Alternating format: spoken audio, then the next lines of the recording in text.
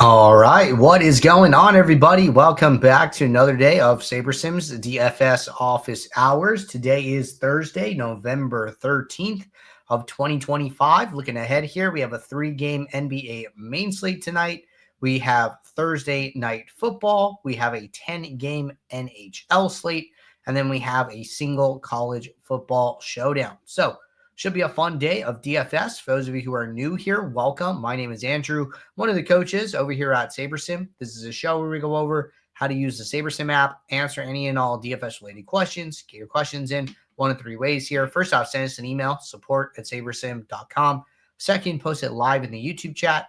Third way, post it in the office hours channel in our Discord server. If you're not in our Discord and want to get access to that channel, there's a link in the description of this video. You'll also get access to our Sim Alert channels, individual sport channels, and you get access to the rest of the SaberSim team. Just can't say enough good things about the Discord. But with that said, we do this show Monday through Friday, 4 p.m. Eastern. And then we do this show on Saturdays at 12:30 p.m. Eastern. So you can tune in any one of those days to get your questions answered. All right. With that said, let's get SaberSim pulled up on the screen. I have the NBA slate for tonight pulled up as just a starting point. I know golf teed off earlier this morning as well, so good luck to anybody playing some golf. We are going to work our way top down here and start with questions. So our first question of the day, this is a note I made to myself. Discuss the late swap toggles. Yeah, so we can absolutely do that. This is kind of a follow-up on a question we answered earlier in the week, just going over the late swap process in general. So I'm going to go pull up our late swap tutorial. Now, in the late swap settings, right, before you click the button to generate your swap, you can adjust some settings, right? And what are these options? What is everything at your disposal, right? So the run late swap automatically, what that means is that when you click the button, it's supposed to kick off your build simultaneously. Only swap lineups containing out players. This means that let's say you're playing 10 lineups. Well, let's say somebody gets ruled out.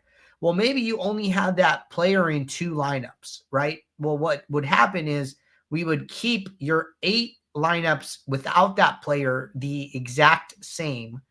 And then when this is on, we would only swap the 2 lineups that had the player who was out. So that is what this one does. Always include original lineup in swap. What this means is that, when we generate your late swaps, right, what we're doing is we are locking in the players who have started. We are then randomly sampling the sims again, like pre-build. And the only difference is that we're saying, hey, these slots are already taken and this much salary is used. We're then using the sims the same way. We're saying, hey, there's this much salary left and there are these many positions left. Based on the results of the sims we just pooled, what is the best combination of players under the salary cap with the correct eligibility that we can now put into the rest of this lineup? When we late swap, it is not guaranteed that the lineup that you had pre-slate is going to be one of your options. Maybe projections have changed. Maybe those players aren't as good as they were before, right? Maybe some huge values opened up and, this lineup doesn't really fit as well. Some people always like to see their original lineup and just kind of have it as an anchoring point. Like, hey, this is where I started. I want to compare these new options to the original. Well, and to clarify, your original can be built, but it is not guaranteed to be built. That is the difference there. When you turn this toggle on, you are guaranteeing that your original lineup is always going to be part of your swap pool. That's what this one does. Group duplicates. This actually, a good example of this came up the other day. Somebody was like, hey, I have 10 lineups spread out across 120 entries. When I try to late swap, it keeps trying to give me 120 unique lineups, but I do not want that. How do I prevent that, right? In that case, what you would do is you would turn on the group duplicates toggle. It'll say, hey, we had 10 unique lineups to start. we are going to only swap those 10 lineups. And if this lineup is used in 3 contests, guess what? We're going to put that new swap into those 3 contests. So it will maintain your same number of unique lineups. So those are what the different toggles do in late swap. All right. Good question there. Next question. I'm building a full showdown workflow where I run multiple SaberSim builds with different max salary caps, 50K, 49.7, 49.4, etc., to test how each salary tier affects ROI, duplication, and lineup quality across different contest types. For each salary build, I want to generate lineup groups for contests like the flea flicker, mini max, single entry, and 3 max, then compare the group's average ROI, max ROI, and dupes. My goal is to pick the best performing group for each contest from across all salary builds, then save those winning groups into a master pool for my entries that night. I'd like help walking through how to set up these builds, evaluate the lineup groups, and export/save them efficiently inside SaberSim. Okay, this is a big question, right? I think what you need to do, and I'm going to demonstrate this on a smaller scale. I'm not going to do all these. So let's go to like Showdown for tonight. Because really what you're doing, right, is you're doing one process and then you're just doing it over and over and over again, right? So like once you have it down for like one build, you're kind of just rinse and repeating at that point. So let's say that I want to do something for we said flea flicker, right? Flea flicker was one. So even if you don't have an entry file uploaded, right, come in, turn on the flea flicker contest sim. Okay, great. Now I go to my build, and let's say that this is the salary cap of, say, 49.7, right? Okay, I'm going to set this one to 49.7, and then I am going to build some lineups. And let's say that, you're playing 150 max, and you want to take, let's say you're playing on 150 max, you want to use 10 different caps. Well, then maybe what we want to do, right, is take like the top 15 lineups from each cap and then combine those lineups into one big 150 set, right? So then what I would do here is I would run a build. I would run my sims. I don't really need to diversify here because I don't think you're really diverse. Like I would just use ROI for this one because it's not like a true portfolio diversification when you're grabbing lineups from different builds. So I'd probably just use top ROI.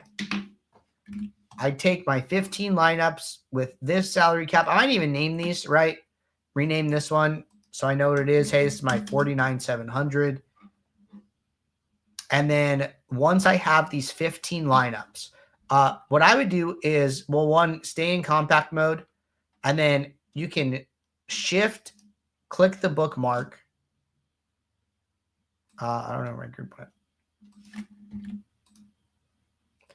I might have did that wrong. Contest sim, ROI. Bookmark, and then we go down to 15.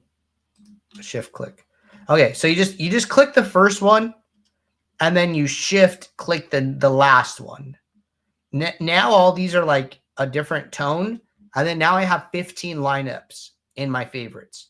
So I think this is like probably something you're trying to do. The other thing is that since we don't have these contests loaded up in our file, we got to change our metric from target ROI to the ROI of the contest that we're simming. So like now I can see it, right? And then the ROI is blank because it's not target. If you want to see it, then just right click on a column header, click edit columns, and then go and find that specific sim that you ran.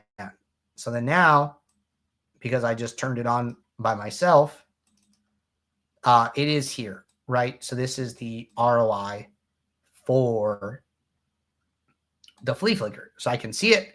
I can see the lineups ROIs. I can see the aggregate metrics. I set up one build, and then I would just do this over and over again, right? Do 49.4, do 49.1, do 49.8, and then just continue to grab those lineups, send them, grab them, send them, grab them, send them. And then maybe you want to favorite some groups, right? Maybe you want to use 30 from some or 45 from another, or however you decide to divvy it up. But this is effectively, I think, kind of the workflow that you're looking for. All right, next question. If I remember correctly, adding custom projections just moved the distribution of the players. Has this changed at all?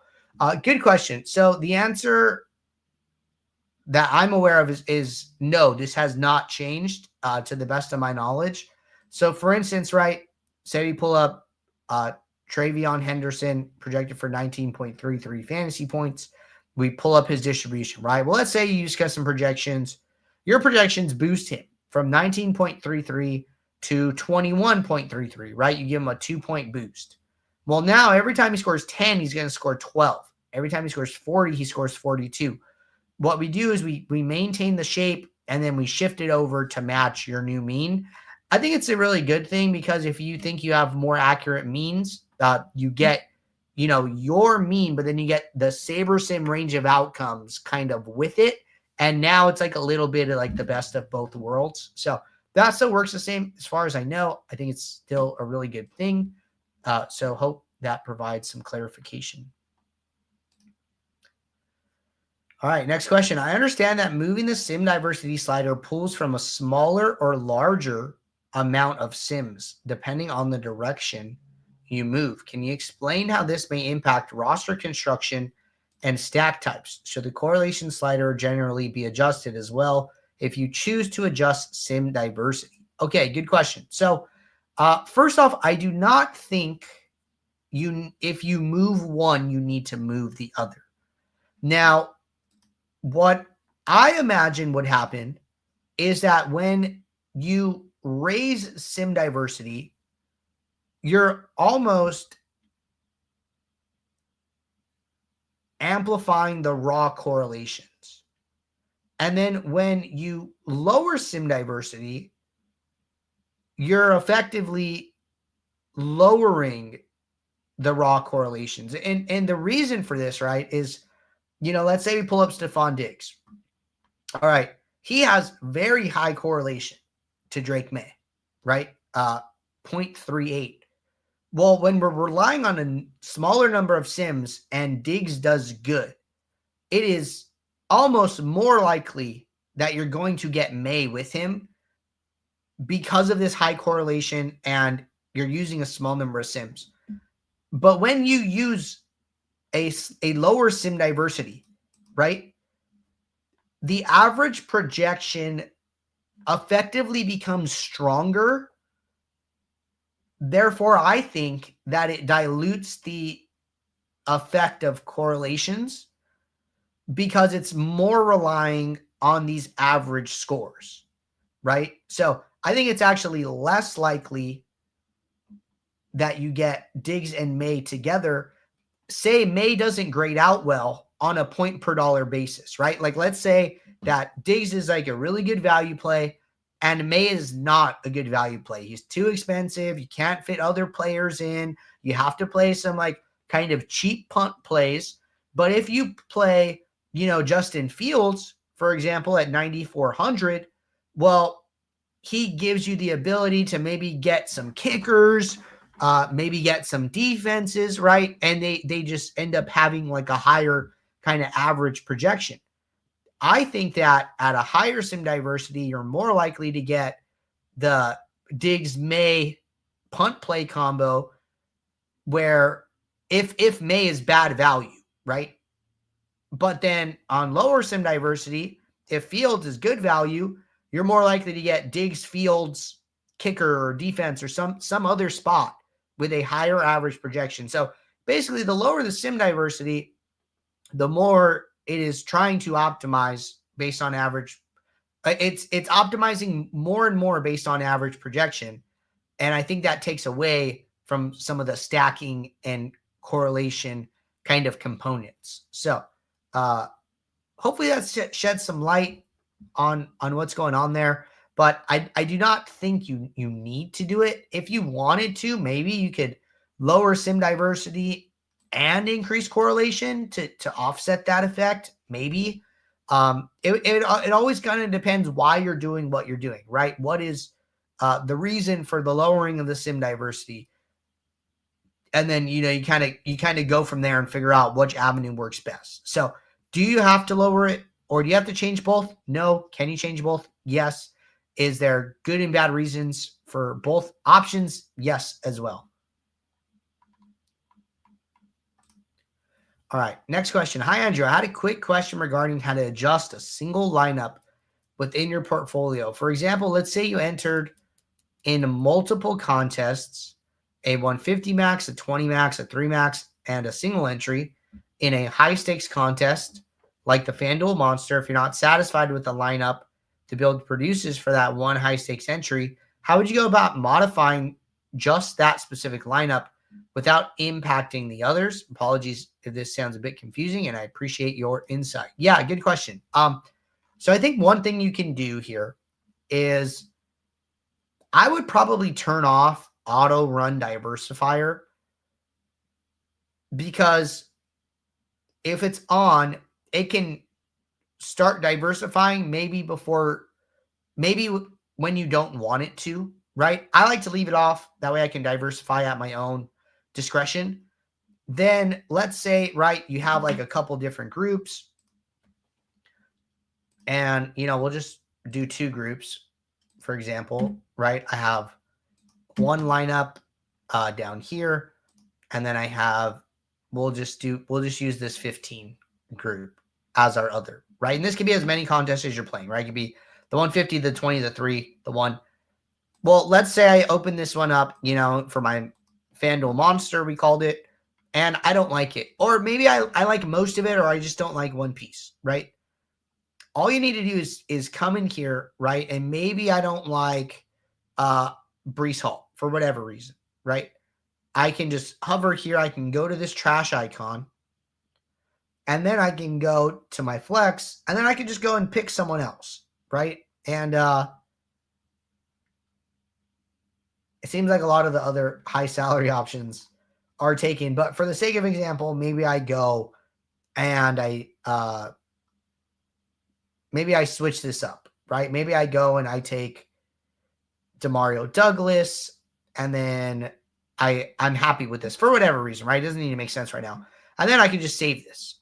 And then I'm going to overwrite. I'm going to use overwrite the original because I want this lineup in my set. And then now this group has the lineup with Demario Douglas, and I haven't impacted any of my other groups. So I think switching from compact to the expanded view, using the trash icon, simply changing a piece and just kind of going from there is like your best option. And it can be more than one, right? If you want to handcraft this as much as you want, like, that's totally cool. All right. Next question. After creating lineups, say you're filling multiple portfolios, but prefer your 3 entry to be certain captain or contain a certain player. Is there a filter to achieve this, or would it manually have to be done for the pool? I think this is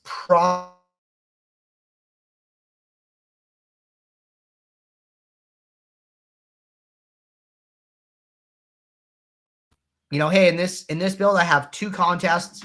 And then in my other build, I'm just going to build for my single entry because I want it to look a very specific way. And then within that build, right, I'm going to curate my player pool significantly. I'm going to come in here and say, hey, in that one, I literally only want May, Henderson, Diggs. And, these are my 3 captains that I'm going to consider. And I'm going to build lineups with just those 3, right? I think that is a perfect opportunity to do different builds. And then, in that second build, you're only going to have one group, and it's just going to be the 3 max. And then because only the 3 max is here, only that group will get lineups. So that's what I would do here. I think second build is the right call here.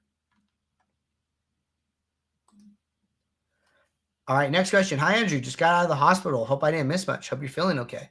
Under the old SaberSim on FanDuel, I was able to see lineups that were not attached to a specific group. Every now and then, I would be able to pick a couple of those lineups and add it to a group or a contest.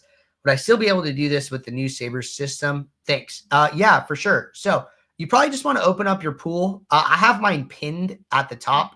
You know, if you don't have it pinned, you might not see it. But what you can do is you can close your groups, you can find your pool, and then you can pin it if you like it at the top. And then you can just kind of sift through here, right? Open it up, look at your options, change your sorting metric as needed.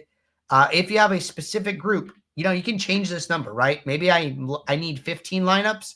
Maybe I want to look at 50, right? I open this number up to 50, and then now it will expand this to 50 lineups total. So you have a couple different options to view more lineups. All right, next question. Hey, Andrew, what's a good strategy for a small NBA slate? Should I adjust correlation and sim diversity? Thanks. We adjust these automatically for you, right? So you don't need to touch them.